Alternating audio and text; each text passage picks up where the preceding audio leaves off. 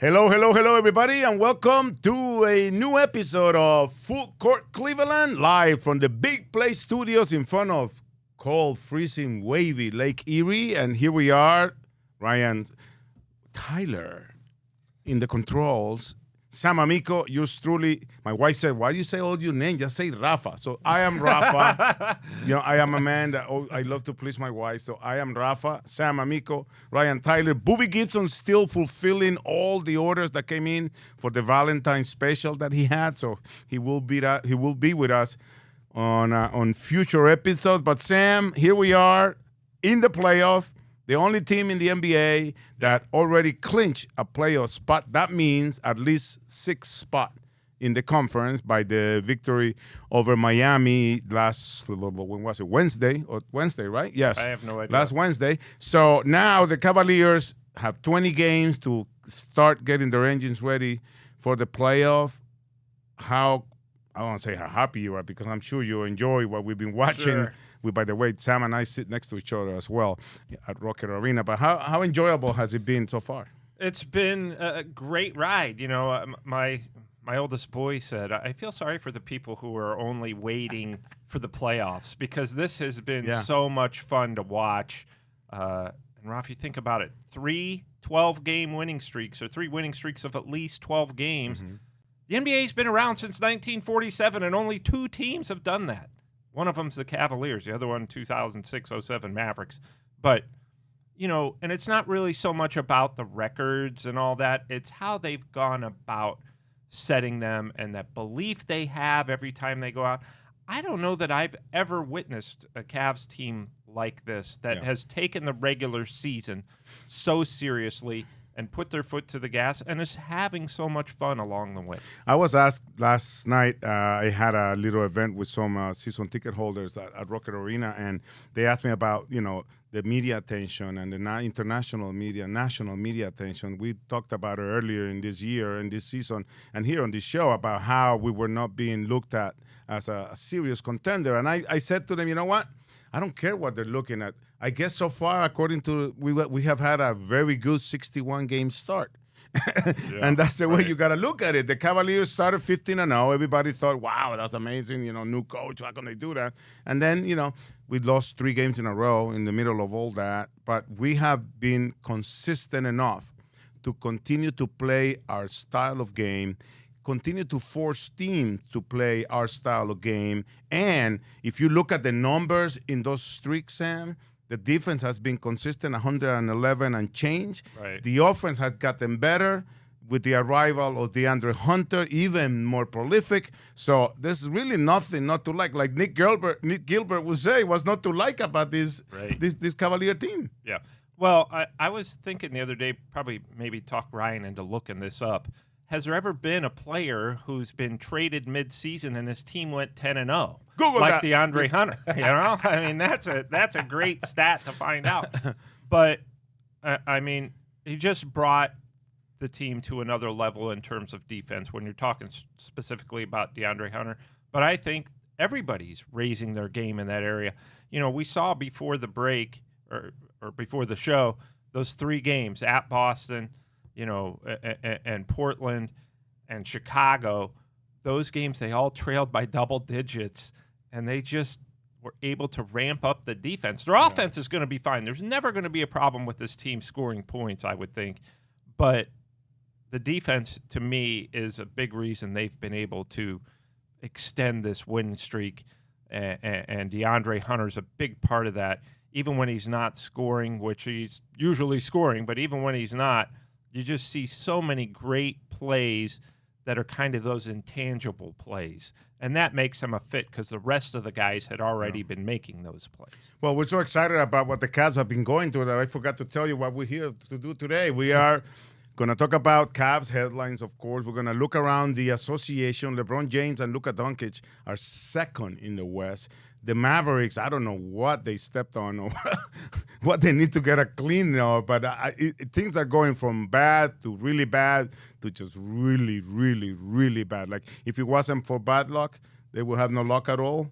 And if it wasn't for real bad luck, they will have no luck. So we're going to talk about that. We're going to talk about everything that the Cavs have been going through. Sam just mentioned it. Just 3 straight games coming back, starting off in the wrong foot and having to come back with double-digit deficit. They were able to get through it, even with a Miami. Kevin Love came back to Cleveland for the first time and played. So all of that in the plate as we continue with this episode of Full Court Cleveland on the FanDuel Sports Network.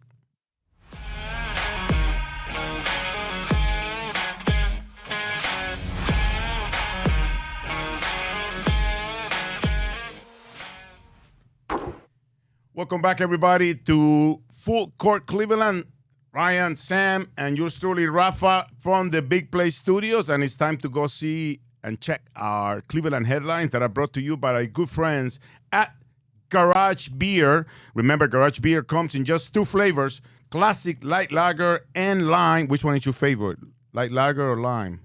Well, I don't. I would go with lime. Yeah, that's my favorite, too. Yeah. The better thing is there's no frills, no bitterness, no IPAs. It's just beer-flavored beer. Find your local retailers who sell Garage Beer near you by visiting drinkgaragebeer.com. You mentioned the streak, 12 games, third time this season, 12-12 and 15, obviously the first one to start the season. My doctor, I don't want to say my shrink, my doctor used to tell... What's your shrink say? That's what we want to know. That doesn't sound right? When you say, well, my shrink. There's nothing wrong with it, too. My doctor used to tell me that habits are formed when you do something 3 times in a row or more. Like when you're eating habits. If you get used to eating bad 3 days in a row, it becomes a habit. Obviously, the Cavs have been good enough to recognize when they are developing bad habits. They did it in December, Sam, when they needed that break in between the NBA Emirates Cup to work on their defense. They bettered their defense after they fell out of the top 10. They are out of the top 10 as we speak, but they fixed that. They fixed the rebounding. If you look at the 12-game winning streak that we are on right now, as we speak, 11 of those games, they have double digits offensive rebounds. So they're fixing that. They're fixing the defensive boards as well.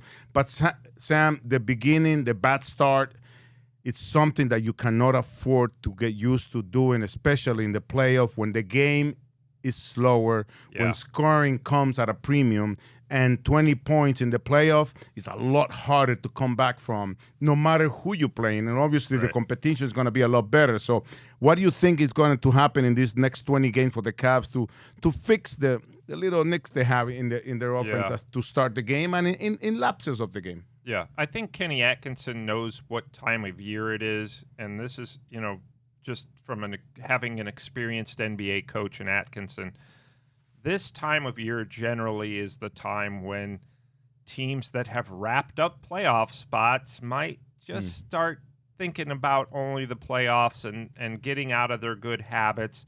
And I don't think the Cavs are there yet, but like you said, Ralph, if you continue to do that and get down by, double digits in the first half all the time, that's, like your doctor said, 3 times in a row is a bad habit. Mm-hmm. So they avoided that against the Heat, but then they kind of went through a lull. And I think part of that is, yes, we're waiting and ready for the playoffs. When do they get here? These other games we just have to play. You don't want to get into that mindset. Mm-hmm. I'm sure Kenny Atkinson, if they ever get into that mindset, will get them out quickly. So right now what you want to do, Roth, is ramp up for the playoffs, right?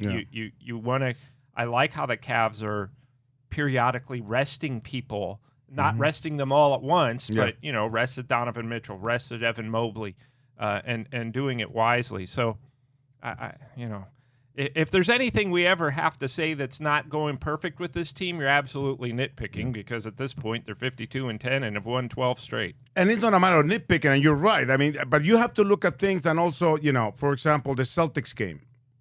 They hit everything to begin the game. We hit nothing, and 25-3, and then comes the second episode of I'm going to make them both to get the F out of here by Tatum, and, he splashed right in his face. But also, okay, they came back, and if you look at the numbers now in this day of analytics, the Cavs played the Celtics at a 144 points clip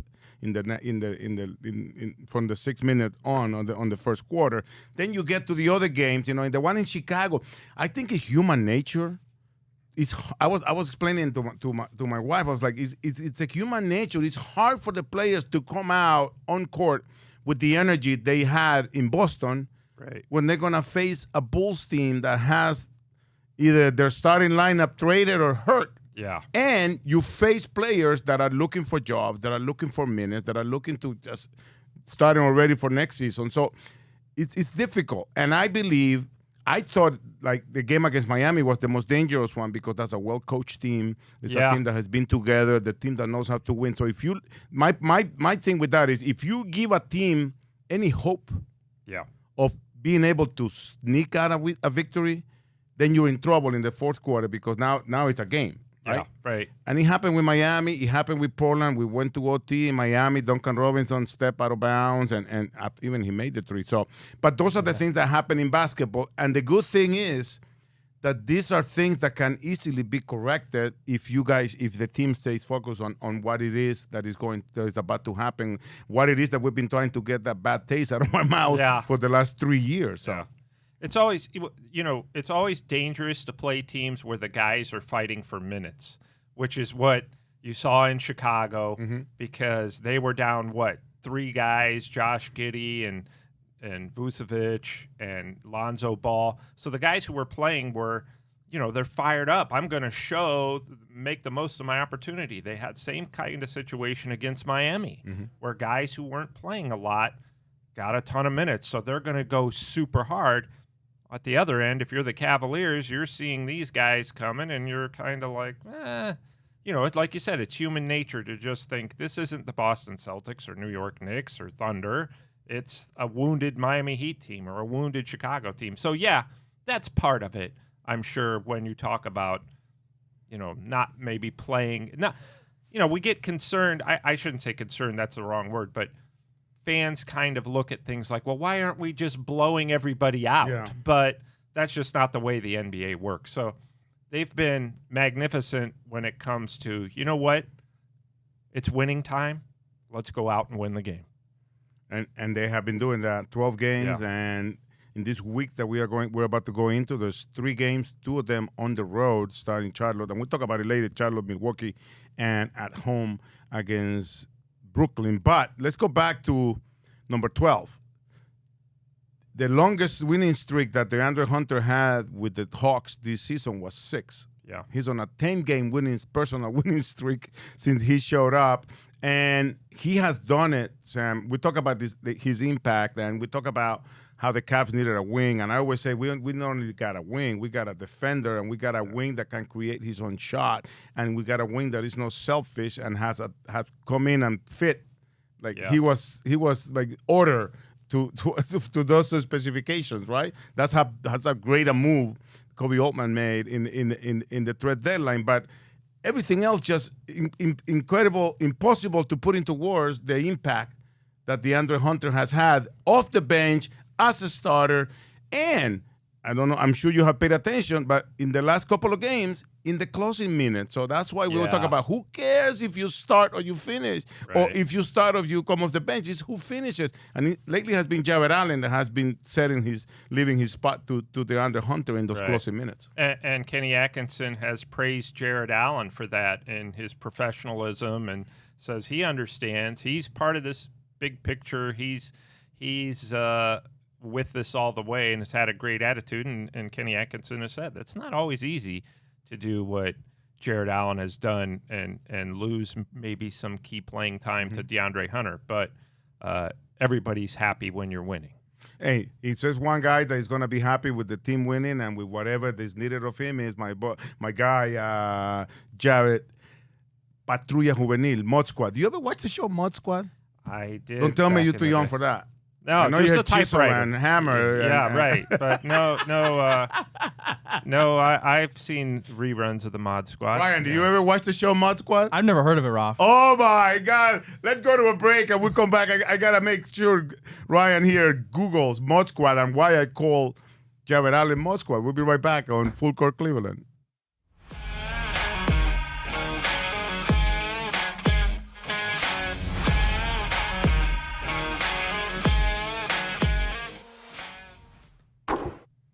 De regreso con ustedes en Full Court Cleveland. Ryan, Sam, y Rafa con ustedes. And let's go and do something that we like to do here in Full Court Cleveland, which is a look at next week. We don't need a DeLorean to go back to the future.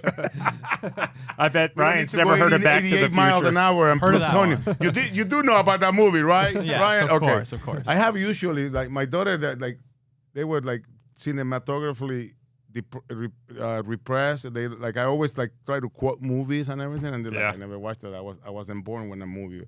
There's a lot of movies I watched that I wasn't born when they were made, but I, right, and I'd heard of them. Yeah, kids today.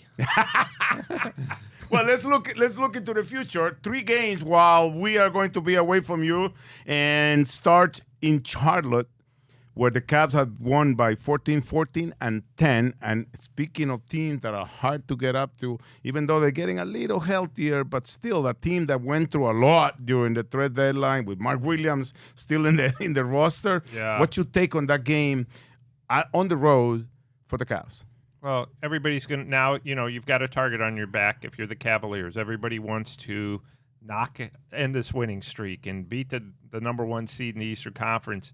Charlotte obviously been a mess, with injuries, the trade that never went through with the Lakers, and just they went on the West Coast, and I think they lost 3 straight games by more than 30 points. So that said, dangerous team. Every opponent's going to be dangerous, especially when you're on the road. They're going to want to knock off, and end that winning streak and beat the Cavs. They know if they beat the Cavs, it'll be the story of the night. So, Kenny Atkinson has always said over and over, these kind of games are his greatest fear because you don't have any problem getting up for the Celtics and Knicks. How are you going to get up for a team like the Charlotte Hornets that's playing the NBA draft lottery? But again, this Cavs team has showed great maturity in that area, so perhaps they'll be okay. There's only 7 teams that have beaten the Cavs this season, and if I remember correctly, Atlanta and the Celtics are winning record. Well, the Celtics are tied 2-2, but Atlanta beat us twice. The Celtics beat us twice, and the Heat is one of the teams that beat us. But in this road trip, 2-game road trip and 1 at home, the Cavs are 3-0 against each team, and this is where it gets interesting, Sam. And I want to ask you about you mentioned the resting players sporadically. I think Allen wants to play all 82 or wants to play the rest of the season. He doesn't want to rest. And then you talk about Garland, who had some time off because of soreness or rest as well. But then we play Milwaukee on Sunday. Yeah. Milwaukee, we have beaten. It's one of the two games or the few games that we have won by single digits by 1 point. Remember that was part Donovan of the 15-game winning streak when Mobley almost threw it away on the backcourt. I don't know how the Cavs and then won Mitchell that game. grabbed it. He lost the ball and still hit the shot. Yeah. That was by 1. Then we beat them by 2 at the Fieldhouse, and then we won by 23, which is a whole different story, a whole different game. The important part is that this is going to be the first of 2 consecutive games that the Cavs play with the rival having played the night before. Yeah. The Bucks are going to be at home on Saturday against Orlando and on Sunday against the Cavs.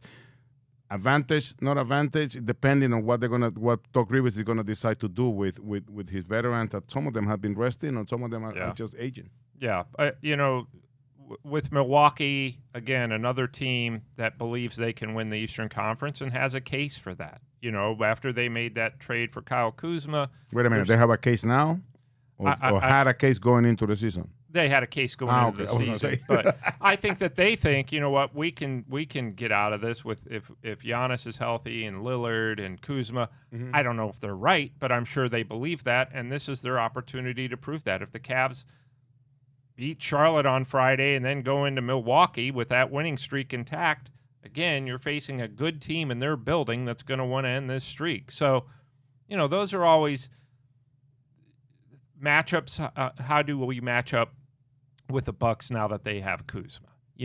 And how determined, obviously, are we going to be when we're facing a team that may or may not rest some guys? So there's a lot of factors at play, but Milwaukee Bucks are no joke, and in their building, they know their record against the Cavs. They're going to be fired up, I'm sure.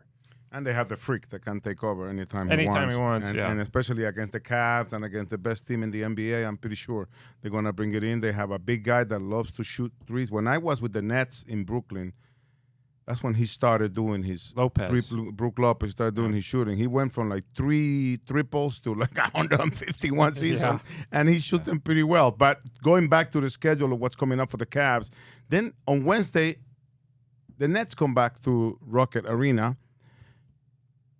and they play the night before at home. So advantage Cavs, because it is an advantage when you play a team. I know the league is trying to match a little bit the back-to-backs and try to put both teams together. It never works that way when you have to schedule 30 teams 82 times. Right. So it is what I always say, Sammy, is that you cannot apologize and you cannot complain, because the schedule will give it and the schedule will take it. And this road trip, I think the Cavs will take it, because they face Milwaukee on the second leg of a back-to-back for them, and then they have a couple of days off and they face the Nets. Brooklyn. Some people will say the Nets advantage because they come in rhythm, but hey, at this point of this year, you take all the rest you want. Well, the Nets have kind of given them fits already this year. The Cavs, obviously very well coached with old friend Jordi Fernandez. Just a team that really plays hard. You never wonder whether or not they're going to play hard. What were they down, last month? 10 points with like 14 seconds left or something crazy like that against the Rockets, and came back and won that game. So they play extremely hard. They play smart, well coached. And anytime you're facing a team like that, regardless of where they are in the season, those guys are going to play hard and try to give you a run. And, if you're the Cavs, they've done a really nice job of taking care of business against teams that are below 500. And not to mention, we're being a little biased here because, as Sam just said, our friend, and he is our friend, he was actually brought up here in basketball coaching terms, Jordi Fernandez, only 2 games behind the 10th spot in the East, chasing a Chicago team that doesn't even know which way they want to go. And I think if Jordi Fernandez can take this Brooklyn team to the play-in tournament, Sam, it's a great year for Jordi, especially with everything that he has to go through in personnel changes. Yeah, constant turnover with the Nets, and you always wonder if those teams at the 10th spot want that spot sometimes. The players and the coaches do. There's never a question about that, but does the front office that takes you out of the lottery? Right. Yes. Would we be better off in the lottery and with a lower or higher draft pick? So, I think that Jordi Fernandez is one of the guys that you look at this year in Brooklyn and say, what a magnificent job he's done. If you're really, truly following the NBA, you will realize everything they've gone through, like you said, with all the roster and personnel changes. The Nets have been really have a reason to hang their head high as a franchise. Well, sit tight, because when we come back, we're going to see where Sam Amico's heart is, because today we're going to power rank the biggest sports comebacks. So I don't know if he's going to be on the right side of the comeback or on the bad side of the comeback that he lists in his Power 3, 4, 5, 6, whatever you want. So stay with us on Full Court Cleveland.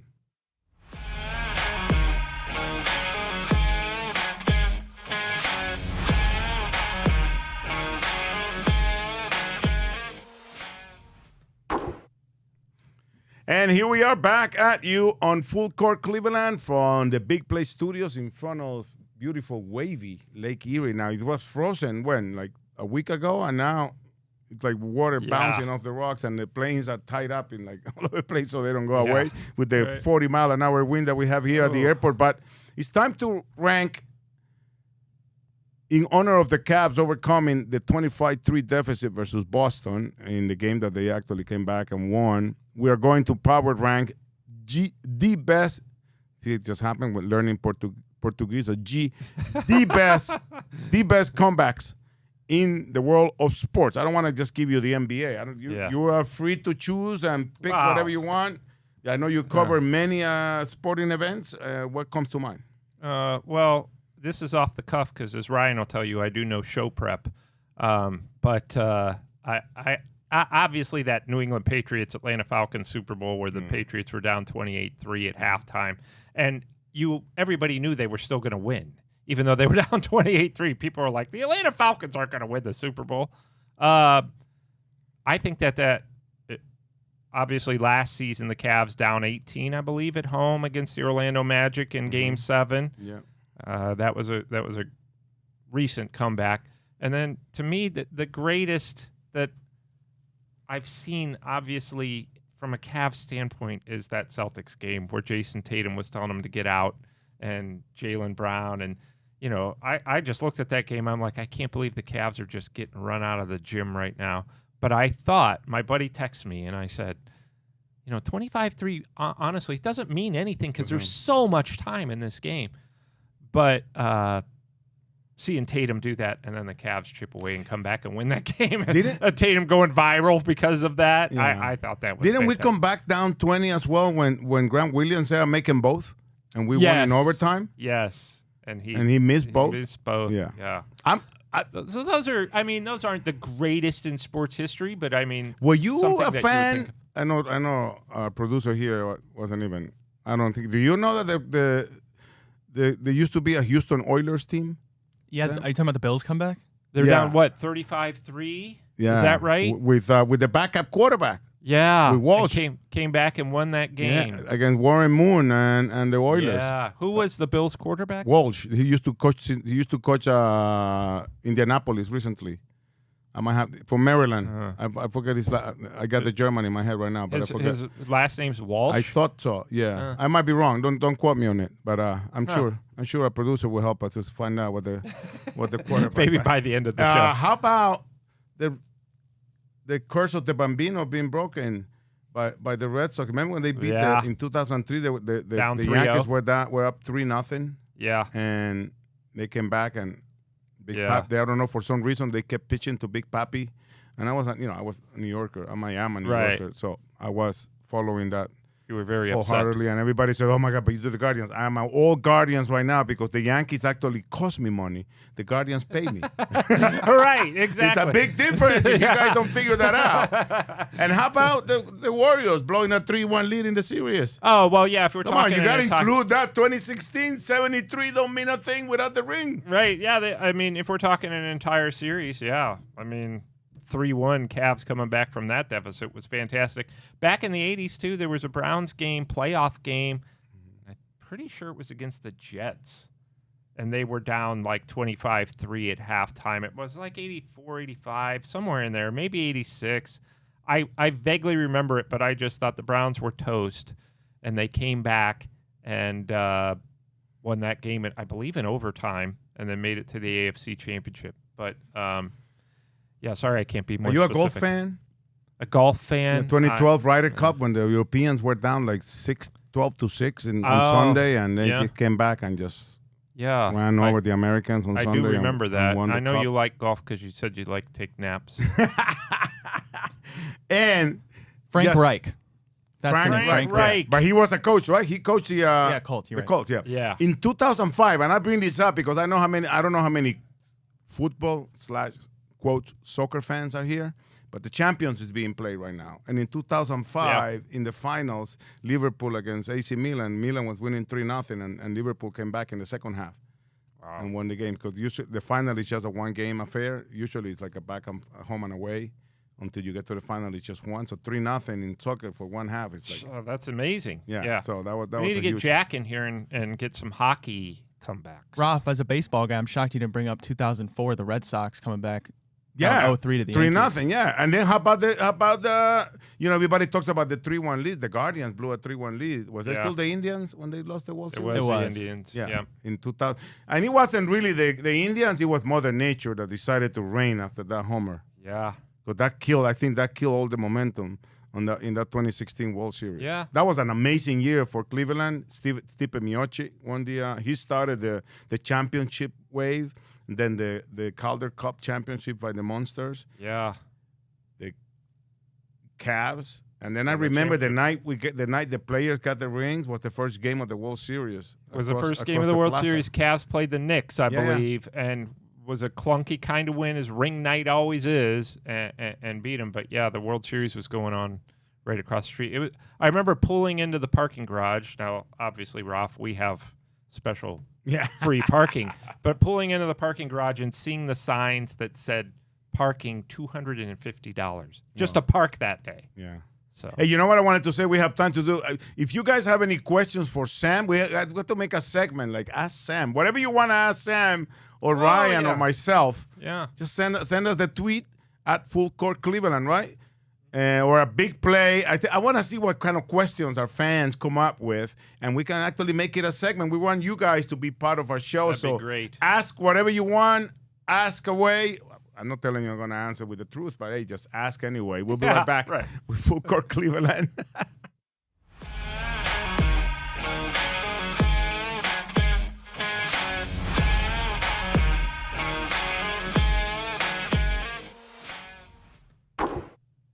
Welcome back, everybody, to Full Court Cleveland. We're still waiting for your tweets for Ask Sam. Dear Sam, Dear Abby, what's the thing? Yeah. We don't want any of those kind of letters. We're not going to solve any personal problems here. Right. We just want questions. You know, Sam has covered. I don't know. What was the first year you covered the NBA? Booby's rookie year was Really? my first year. What was that? 2006-07. Yeah. Yeah, that was my first year full time. But before that, you were writing as well. Before that, I was working at multiple websites. I worked at CBS Sports, I was doing some stuff for the Boston Herald, but I worked at newspapers before that even, and I was even an entertainment editor in Sandusky. Yeah, I've done it all. Do you ever work at Callahan Auto Parts in Sandusky? I have not yet. That is my could best be in my t-shirt, by the future. way. Oh, okay. Callahan Auto Parts. Yeah. And every time I wear it, I get a lot of attention. Really? I don't know why. I have not been there. I lived right by Cedar Point. Really? Yeah. Let's go around the league.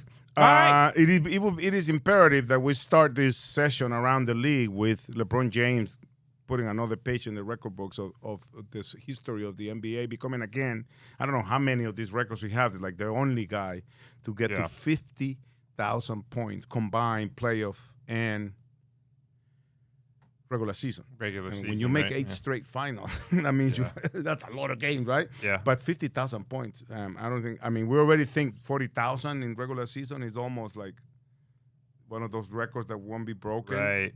50,000 is a lot as well. Well, I mean, you think about, obviously that speaks to not just LeBron's greatness, but his longevity in terms of being out there most nights, right? I mean, I always have said, as somebody, and you did too, Roth, who covered LeBron and was here during his time in Cleveland, I just thought, this is a guy who, if he sits out because of an injury, he's really hurt because he plays through so much stuff. You know, one of LeBron's great lines to me, not to me, but to the media, but I always admired him for saying some guys just have more of a threshold for pain than others. And he said, and that's why I usually fight through it.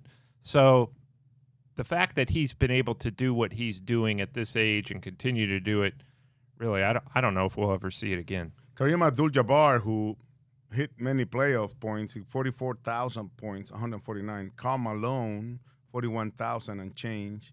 And that's the only other players with over 40,000 points combined. Yeah, and those guys played into their 40s as well. The difference here is, like, I know Malone and Abdul-Jabbar are in the same category with LeBron, who were, like, the player of the team. But, like, James Jones went to 8 straight finals. The only difference is that James Jones, the last 4, wasn't really – he was a factor, but he wasn't, like, a featured player. LeBron was the player every time he went to the finals. And you know, I know – the old style Celtics team when they went 11 straight finals or whatever it was. 1-6. The scoring wasn't as prolific as it is now, but still it's something amazing. You cannot blame what didn't happen in other generations to what happens now. Right. But I think it's amazing to see. Will anyone catch LeBron? Giannis, 30 years old, 22,000 points combined. Devin Booker, 28. I don't see him in the list. Tatum, 27 with 16. Luka, 26 with 13,000, almost 14,000 points. I mean, it's a big number. Yeah, it's a huge number. Again, you've got to have good health throughout the majority of your career. You've got to have a long career to be able to do that. So I'd be surprised if anybody that we see right now catches them, but this is the NBA. Seems like everything's possible, and all records eventually get broken. And this is not a matter of starting a conversation who's the greatest player of all time, because I hate those kind of questions that have no right answer. You know, people will tell you Michael Jordan. People that didn't see Bill Russell and Right. Will Chamberlain will say they were the greatest players. But I don't think there has ever been or there will ever be a guy playing at 40+ years old being the man. And I know the whole conversation of face of the league is going on right now, but he's still one of the best players in the NBA because of everything he brings to the game. Yeah, well, he's 40 years old, but you take him off that team, and they're not going to the playoffs, right? Even with Luka, I wouldn't think. So, you're 40 years old. You're your team's still your team's greatest hope of winning. Have we ever said that about any 40-year-old ever, other than in football, maybe Tom Brady? But really, and that's a guy LeBron has come out and said, I want to finish my career like he did, play into my 40s and still be playing well, and he's on that. Will you sign if they ask you right now for a Cavs-Lakers finals in 2025? Ralph, at this point, that's what I'm kind of rooting for because I run a website and it's all about clicks, and that's nothing personal, right? Yeah, I mean, that would. But everybody would love that. Everybody involved in the business of the NBA, fans, TV, league, teams, writers, everybody. You talk about that would ratings, be a world event, right? You talk about ratings. That would bring fans to the NBA from the mainstream. People that don't even know or haven't watched an NBA game will want to see what transpires. Well, I remember seeing pictures. Now, obviously, I'm not quite this old, but the first NBA game, the marquee read, it was the Minneapolis Lakers against the Toronto Huskies, and the marquee going into the gym read Toronto Huskies versus George Mikan. So the Cavs could put on the marquee, and the NBA could put on the marquee Cleveland Cavaliers versus LeBron James. But if you want to talk, we've had discussions about television ratings maybe not being so great this year for the NBA. That would blow it out of the Super water. Bowl level, right? I mean, it would, and like you said, it would be a global thing. And I would like to make can I make a public announcement? And please management of Big Play, do not use this clip until this actually establishes itself. I always complain about LeBron James coming back to Cleveland and all the jerseys that I see. And I know people love him here, and I don't mind you loving him 80 games a season. But when LeBron plays against the Cavs, just make it a little uncomfortable for the guy. Not that it really will work, but if the Cavs and Lakers face each other in the finals, I prohibit anybody wearing LeBron James jerseys inside Rocket Arena, please. What about cheering for Bronny James like our friend Nick Padone? Or Nick Padone cheering for Bronny. We want Bronny. I don't care. Yeah, you know what? We want Bronny because that means we're winning by 30. Right. Exactly right. No, but please, this is serious. It will break my heart to see as many LeBron James jerseys in the building if it's Cavs-Lakers finals. Well, I put a poll on Twitter. And I hope there's no tribute video for him at the end of the first quarter. Like it is every time he comes back. I think tribute videos for LeBron, if they're in the finals, those go by the wayside. But I put a poll on my X account of what's going to happen and if the Cavs and Lakers could meet in the finals, and the majority of voters said no because the Lakers aren't going to get there. But they're second in the West. Well, I'm just 11-1. See, Luka got there. Yeah, I know. I mean, they played like 12 straight home games, too. I know, Sam, but you know how it is in the playoff. We used to say we got LeBron and they don't. That's exactly right. There's somebody that yeah. can actually will a team, and Luka has done it too. He willed the Mavericks last year. You're talking about a guy who went to the finals. Yeah. He willed them against Minnesota, against Oklahoma City, against, I forget who else they beat to get there. But, I mean, I don't think it's a far-fetched thought. Not at all. Not at all. Because, I mean, those guys have raised the level of play. The guys around them on paper, nothing special, but they've raised that level of play for the Austin Reeves and the Rao Hachimuras of the world, and they're obviously clicking right now. Do you think? And I'm sorry, and I'm not hitting all the points here with Kyrie out for the season and the big matches coming up with the Knicks, Lakers. Speaking of them, do you think that would be like a big turning the page for episode for the organization or for the city? Yeah, if the Cavs were able to be successful and beat, win another championship, period, but like winning against the Lakers. I don't know what would I think a lot of fans' heads would explode if the Cavs played the Lakers in the finals and won that series. I don't want it to happen. I No? don't care about all the things we just talked about. I don't want the possibility of him just getting that extra. Yeah. I don't Those are the things that work for LeBron. Yeah, right. They usually work in his I favor, remember we were playing, I forget what series during those 4 straight finals, and we were playing the Pistons, and the Pistons had a young kid, I forget his first name, his last name was Johnson, big kid, he looked like the microwave out of Arizona, I believe, and he played really well defensively against LeBron, and I remember saying, man, this kid's not afraid. Yeah, right. Well, he made the mistake to comment in the postgame that he was in LeBron's head. Yeah. I don't think he's in the league anymore. No, we don't remember his name, do we? Yeah. So Stanley Johnson. Stanley Johnson. Good kid. Yeah. Very good Yeah. body, very good frame. He played LeBron really well the first game. I remember and then that. he let it get to his head. Yeah, I'm in LeBron's head. Okay. Yeah. How'd that work out for you? Hey, we'll come back and wrap this up here. Oh, no, we still got more. No, I will wrap it up when we come back in Full Court Cleveland.